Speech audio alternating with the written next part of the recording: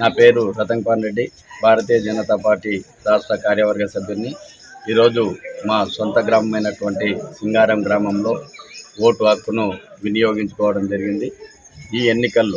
ఈ పార్లమెంట్ ఎన్నికల్లో భారతీయ జనతా పార్టీ తరఫున పోటీ చేస్తున్నటువంటి అభ్యర్థి శ్రీమతి డికే అరుణ గారు ఈ ఎన్నికల్లో అత్యధిక మెజార్టీతో గెలుస్తుందని చెప్పి మేము భావిస్తున్నాం.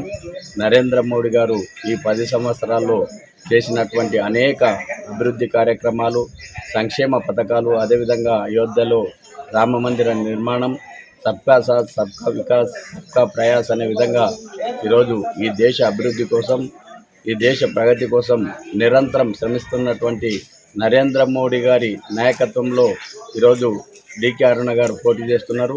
డికే అరుణ గారు కూడా 3 సార్లు వారు ఎమ్మెల్యేగా గెలవడం జరిగింది.